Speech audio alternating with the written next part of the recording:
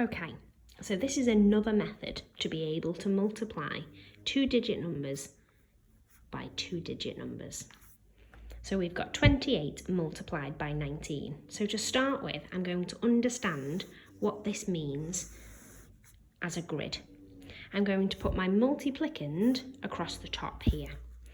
So I know that my multiplicand is made up of 20, but it's also made up of 8. 28 times 19. And then I'm going to put my multiplier, my second number, down this side of the grid. So I know 19 is made up of a 10 and a 9. So I've got 28 being multiplied by 19. I know that I always start with the ones column. So I'm going to multiply 28 by 9 first, starting in my ones column. And I can remember which number is in my ones column if I write it out like this.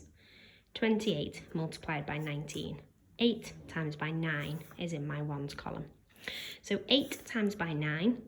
If I don't know my 9 times tables, then I might count up in my 8 times tables. But I know that 8 multiplied by 9 is equal to 72. So 72 goes there.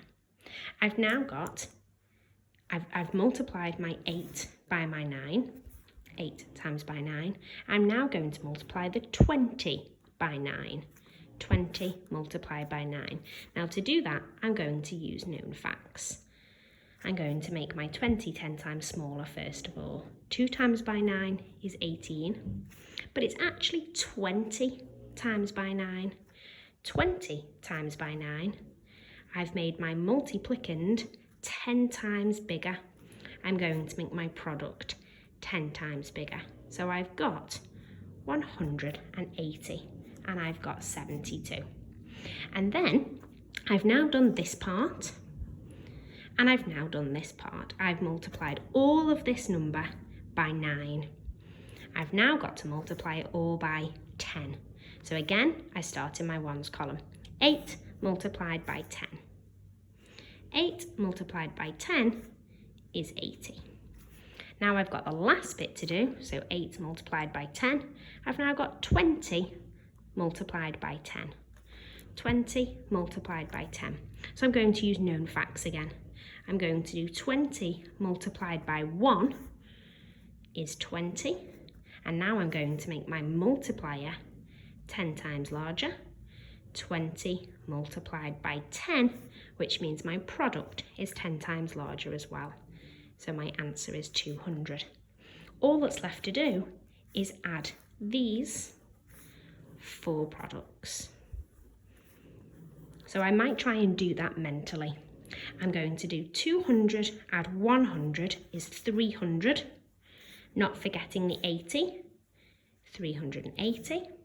And then I've got 80 add 72. Well, I know that double 70 would be 140, and I've got an extra 10 here, 150 and my 2. So I'm left with a calculation like that. Now that's because I've spotted that these two numbers can be added together. I could add them up in rows.